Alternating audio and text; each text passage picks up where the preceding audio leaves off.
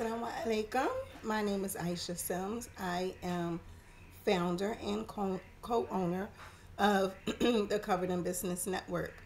Um, Let me give you a briefing of the Covered in Business Network. We are a network of Muslim women that inspire, empower, and build one another.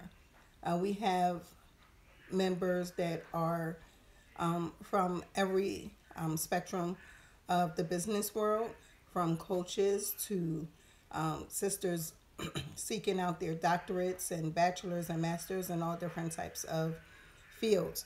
And they are all entrepreneurs, alhamdulillah. So today we're going to be going over the 14 steps of starting a nonprofit in Pennsylvania. I am the founder and executive director of a nonprofit called the United Ummah of Philly. It's been established for the past 6 years. I started out just going with my children to feed the homeless. I made it public on social media to get more assistance because I saw that the need was very needed in Philadelphia. So what I did was I made a post asking people to come out, help, build relationships with businesses and uh, other people in the neighborhood to, get more assistance. And alhamdulillah, it's now a nonprofit. I made a promise to one of the guys out there on the street that I wouldn't stop. And for 6 years, alhamdulillah, I have never stopped. I have collaborated with the city. I have received nominations for Charity of the Year. I have received accommodations and citations from the city of Philadelphia, from the House of Representatives. So I think that, I'm a little bit qualified um, to give you this information.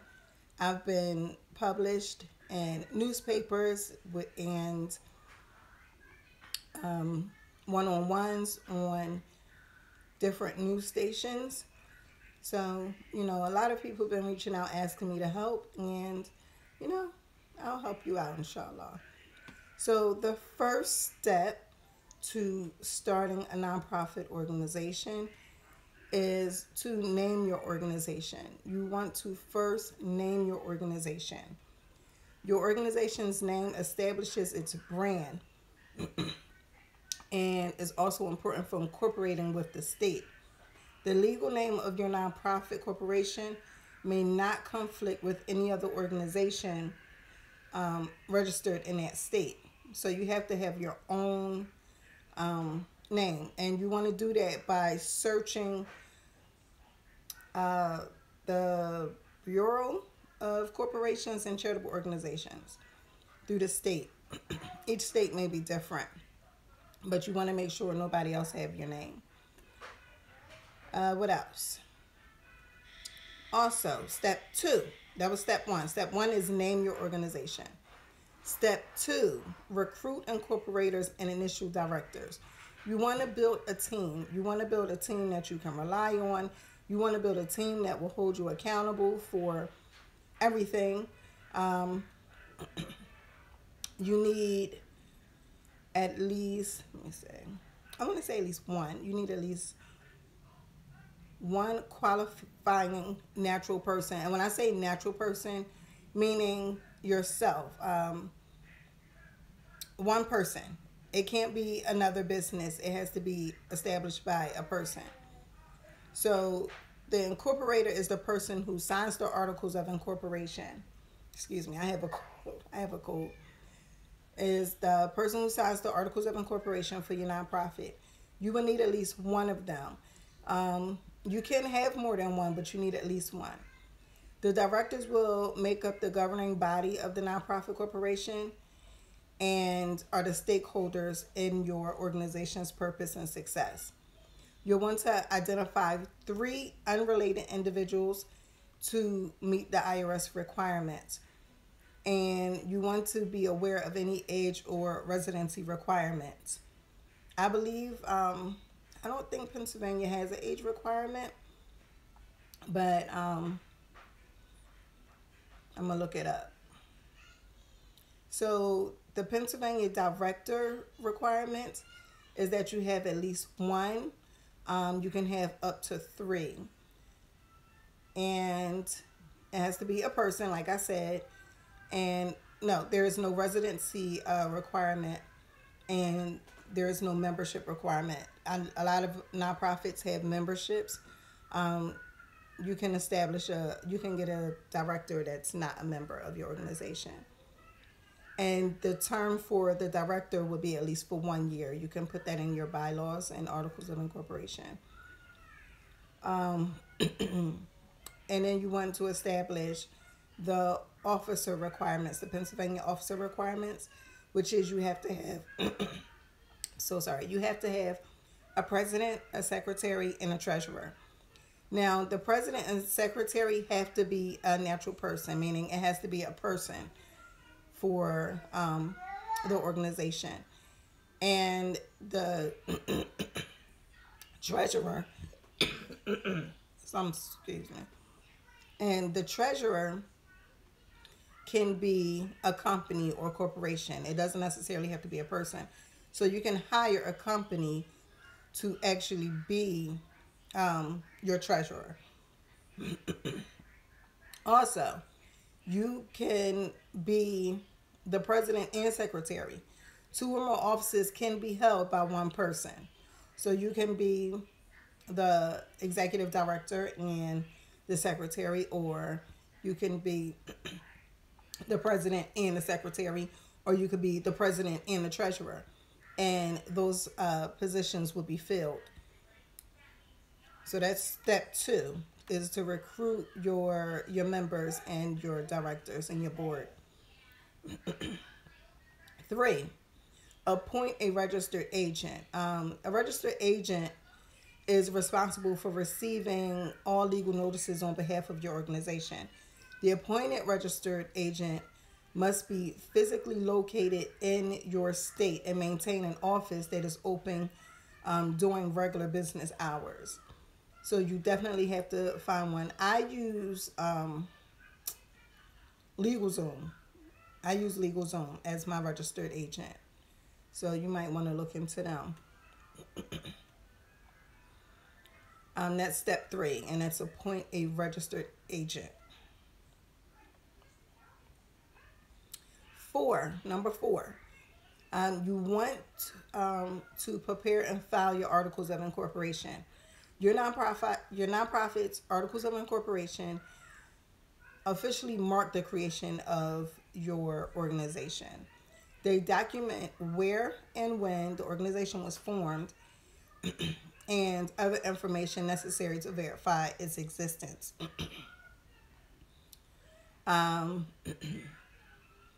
It is important to customize the articles of incorporation for your organization to make sure you meet the state and IRS requirements. And you can do that going through Pennsylvania's Department of State, Bureau of Corporation and Charitable Organizations. And you're going to look for the form of articles of incorporation. You can mail it in, or you can actually apply online. With the state fee in Pennsylvania is $125. I'm not sure anywhere else, but in Pennsylvania the state fee is $125, and you can get that back. The turnaround time is between 5 and 10 days. So that's very important. Your articles of incorporation. You actually cannot file for your 501c3 without your articles of incorporation. What else? What number are we on? We are now on number 4. All right, I'm looking at my notes. All right, so number 5, publish your incorporation. So in Pennsylvania, the Pennsylvania domestic corporations, you must publish the filing of your articles of incorporation in 2 newspapers that has a general circulation. and one of them must be a legal newspaper. So you can promote your nonprofit on radio station, on which you can come on the Covered in Business Network and the Covered in Business Network show and promote your nonprofit. You want to put it in a newspaper. You want to try to get news coverage. You can send out, what is it called? Media. I had my public relations person. But I think like a media promotion when you notify everybody that you are now established. So that's number 5 is public incorporation.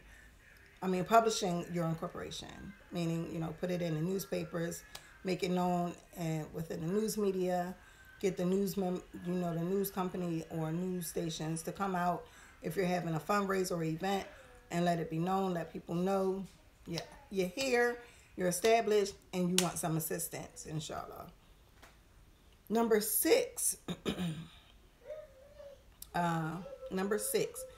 obtain your EIN, your employer identification number. That's very important in all businesses, is to get your EIN.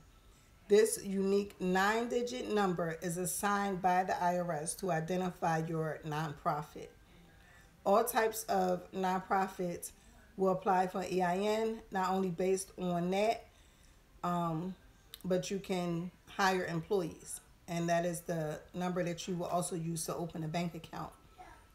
You have to open up a bank account in the nonprofit's name. That's very important. And to get your EIN, you can visit the IRS website or go to the IRS and get your EIN. You're going to be looking for the IRS form SS-4.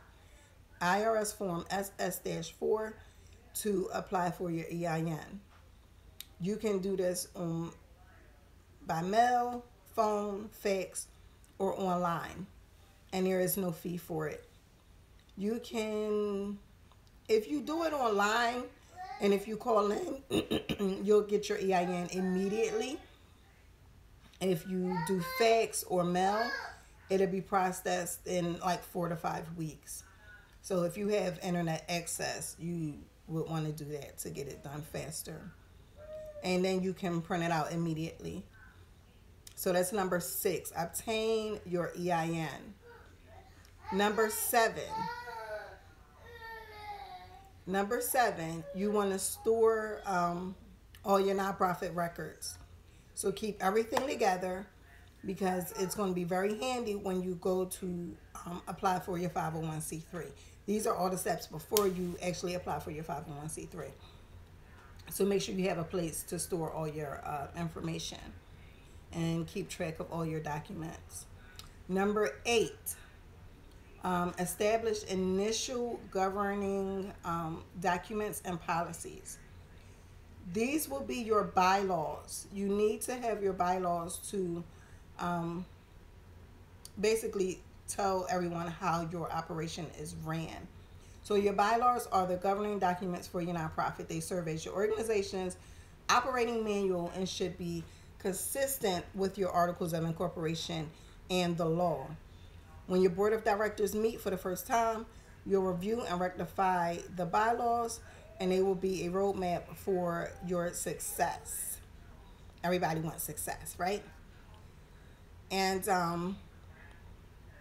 so that's number 8. Establish initial governing documents and policies. That is your bylaws. You need to have your bylaws. And make sure you store them. Number 7, store your nonprofit records. Number 9, hold organizational meeting of the board of directors. I have to get better with this, inshallah. But the initial organization meeting of your board of directors will be incredibly productive. You will go over everything and discuss, your who's, what's, where's, when's, and how's. So you have to establish this in the beginning. And at the meeting, you will also approve the bylaws, adopt the conflict of interest policy, elect directors, appoint officers, and approve resolutions such as opening the organization's bank account, which is very important. Again, you have to open a bank account in your business's name.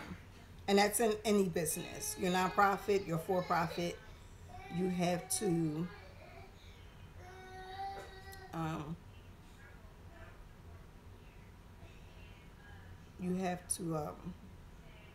get that bank account in order.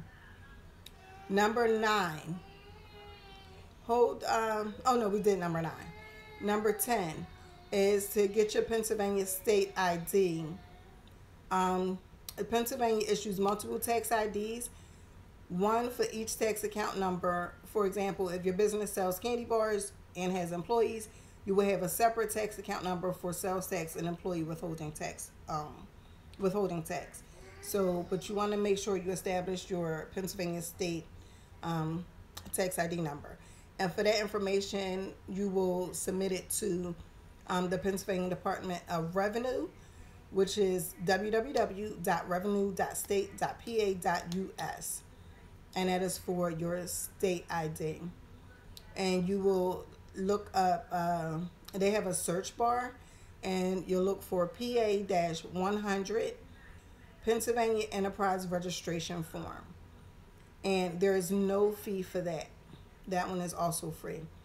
And again, you can apply, print it out, mail it, or apply online.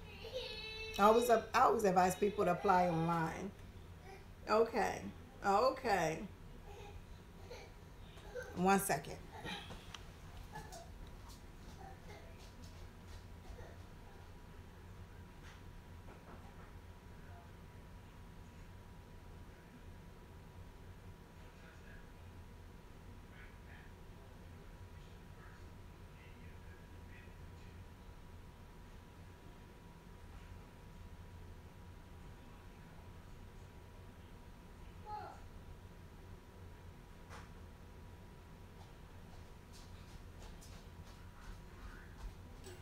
Oh.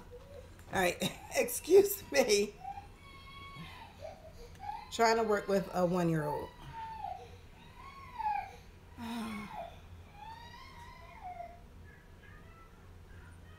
Let Elma watch him just for a little bit. All right. All right. Back to number 10. That was get your Pennsylvania state ID, and again, that's no fees, and you can actually get it the same day. So we want to try to get everything within 90 days, right? So if possible, do everything online. Whatever can be done online, do it online. Number 11, now you can apply for your 501c3.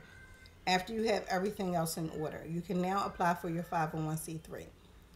And applying for the 501c tax exemption can feel like the most, like everybody's like, oh my God, when you see the paperwork, you're like, ridiculous. But alhamdulillah, now the IRS has formed an easy form, like who you can get it in. I got mine in 2 weeks. I got my 501 in 2 weeks. I had already established the charitable organization and, did all my public filing and state filing and all that stuff. And when I actually applied for my 501c3, it took me 2 weeks. Alhamdulillah. It came in the mail. I was like, oh, okay. Alhamdulillah. It was, I was happy. So now when you apply for your 501c3, you will be able to apply for grants and grow your fundraising success in addition to being exempt from the IRS income tax. So it's very important to establish and get your 501c3. That's where all your donations, like if you want to get donations from like major companies and big corporations, of course they want to help out, but they want to be able to write it off. So if you're like doing small things here and there and you're asking people for money, they want to know that they're going to be able to write this off. There is a benefit in dealing with organizations with the 501c3. Of course, we're supposed to do everything for Sabilillah. However, people want to write it off on their taxes. we're still in the land of America, right? So to apply for your 501c3, you will go through the IRS, and there are 3 different forms. You have IRS form 1023. That's the one that's like 100 pages. It's very detailed. You have the IRS form 1023 EZ, which is the form I did. It's only like 2 or 3 pages. And I couldn't believe that it was so freaking easy. And then you have the IRS form 1024, which is like the big companies. Excuse me. You will also find you have to follow the instructions on the website when you're applying for your 501c3. And you can do this by mail. You can print it out and mail it in. Now the state fees are they have different prices. So for the IRS form 1023, which is like the big headache, that is $400. That is $400 for the 1023. The 1023 EZ is $275. I thought I paid less than that, but I guess I did pay $275. It's $275. I'm sure you can like raise $275 in a month, while you're trying to like get everything else in order. You should probably start a fundraiser, a GoFundMe. What is something else? There's a couple of crowdfunding applications out there where you can actually, start fundraising to get the money to file for your 501c3. And then the 1024 form is, I think, $850. So all these prices depends on the form and the annual gross of your nonprofit. And the turnaround time for the easy form, they say a month, but again, like I said, I got mine in 2 weeks after I applied. And the 1023 and the 1024, the average time is 3 to 6 months. Sometimes it can be longer. Like if something is not correct on the application, then you will have to resubmit, and that is time consuming also. So number 12, you want to apply for your state tax exemptions.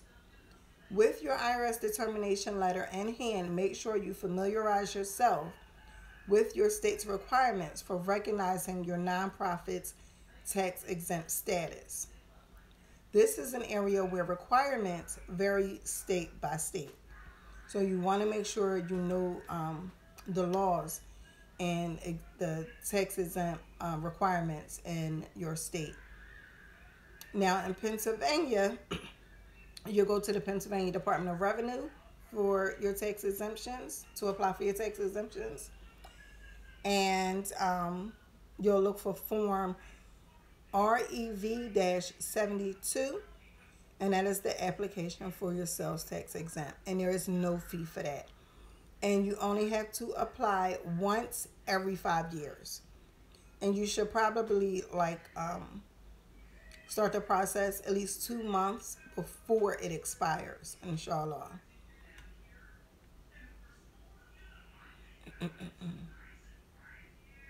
All right, number 13. We're almost done. So number 13, register for charitable solicitation for fundraising.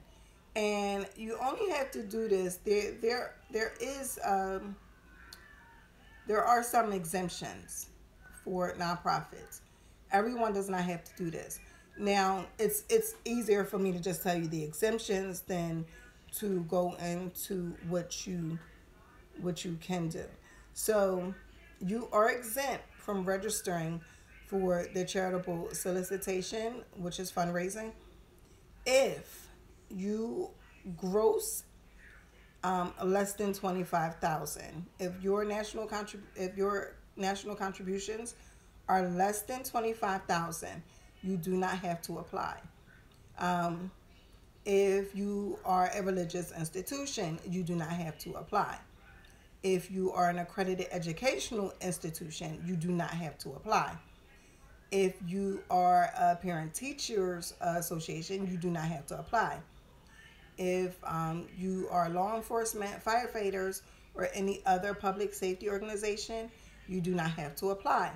If you are a hospital or a library, a public library, you do not have to apply.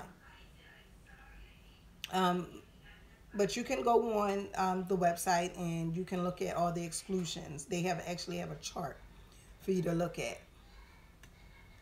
And let's see. If you do have to file, that'll be between $15 to $250, depending on how much you actually gross in your nonprofit. It's crazy how they like charge you up if you make a whole lot of money instead of keeping it, at one fee. And all right, last but not least, number 14, which is to obtain other business licenses and permits. If you're going to go into a building, or you need to, of course, get all your licenses for the building. If you're going to do, like, what I want to say. Actually, if you do like bingo, that's like gambling. If you do bingo, so you would have to go through the Pennsylvania Charitable Gaming Law, the Pennsylvania Gaming Control Board, I should say. It's the law that you would look up for that information, the Pennsylvania Charitable Gaming Law, and this varies through each county. All right, so let's go through it real quick, 1 through 14. 1, name your organization. Make sure you do a thorough search on your organization's name. Recruit incorporators and initial directors. You have to at least have one director, and you have to have a president, a secretary, and treasurer. You can be the president and secretary. You can be the president and treasurer. You can hold 2 positions within your organization. Appoint a registered agent. Like I said, I use LegalZoom. Prepare and file your articles of incorporation. Oh, wait, I didn't do the numbers. 1, name your organization. 2, recruit your directors. 3, get your registered agent. 4, prepare your files and your files of articles of incorporation. 5, publish your incorporation. Make your organization public with the news media, newspapers, radio, whatever. 6, obtain your EIN. Get your EIN, which is free. You can apply online, and get it the same day. I recommend everybody to apply online for everything that is possible. 7, make sure you have everything together in order. Organize all your documents in one place. You're going to need them later on. 8, establish initial governing documents and policies, which are your bylaws. 9, hold organizational meetings for the board of directors. It's up to you on how and when you want to establish your meetings. Say once a month, you want to meet twice a month. In the beginning stages, you may want to meet more than once a month, because it's a lot of work in the beginning stages of establishing a nonprofit. 10, get your state ID number. It's free, and you want to go to the Pennsylvania Department of Revenue for that. 11, now you can apply for your 501c. You can apply for the 1023. the 1023EZ and or the 1024, and the prices range between 275 to 850 depending on how much your organization actually brings in. The wait time for that, the easy form, I want to say 2 weeks because I got mine in 2 weeks. But they, I guess, making it easy on the people by saying a month. So they're giving themselves some um, time to actually get your information. 12, apply for the state tax exemption. That's free. And you only have to apply for that every 5 years. And you want to do that at least 2 months before the expiration date so that you don't expire. 13, register for charitable solicitation, which is fundraising. And you do not have to file if you are bringing in less than $25,000 annually, or if you are a religious institution, accredited educational institution, parent teacher association, law enforcement, public safety organization, hospital, nonprofit, library, stuff like that. You do not have to apply for the charitable fundraising license. And if you do, it is between $15 and $250 that they will charge you to do so. It depends on what your actual income is for the organization. And then 14, if you're moving into a business, an actual brick and mortar, you want to apply for whatever other business licenses and permits that you need for your state. So I hope that this was beneficial for you. Let me see some fast facts for you real quick. No, we went over all that.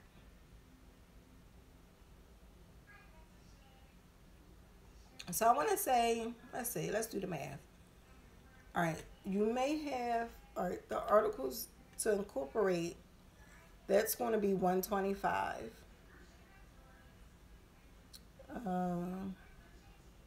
Incorporation publishing, around 200, depends on what the advertising fees are. Your EIN is free. The 501c, depending on the size, it could be between 275 to 850. Let's see. Let's say we do the 275, 125. Let's say at least $600 to actually start your nonprofit. So you want to start doing your fundraisers, inshallah. And when you are researching your nonprofits, look to see if there is anyone doing the same thing as you, because I don't think that it's necessary to necessarily reinvent the wheel, right? So if you want to go out and serve the homeless, that's what I do. If you want to go out and serve the homeless and you see that there is another organization similar to yours, I would go talk to that person and be like, look, hey, how can we collaborate? Because I necessarily don't understand why people start nonprofits when there's already one established, when you can just come on board and we can, all work together and collaborate. So do your research. Actually, it's less of a headache to actually just jump on board and go under the umbrella of another nonprofit instead of, starting your own. So I hope that this was beneficial for you. If you like it, share it, and I'll see you next week. Assalamu alaikum wa rahmatullahi wa barakatuh. Now, how do I stop this? How do I stop this?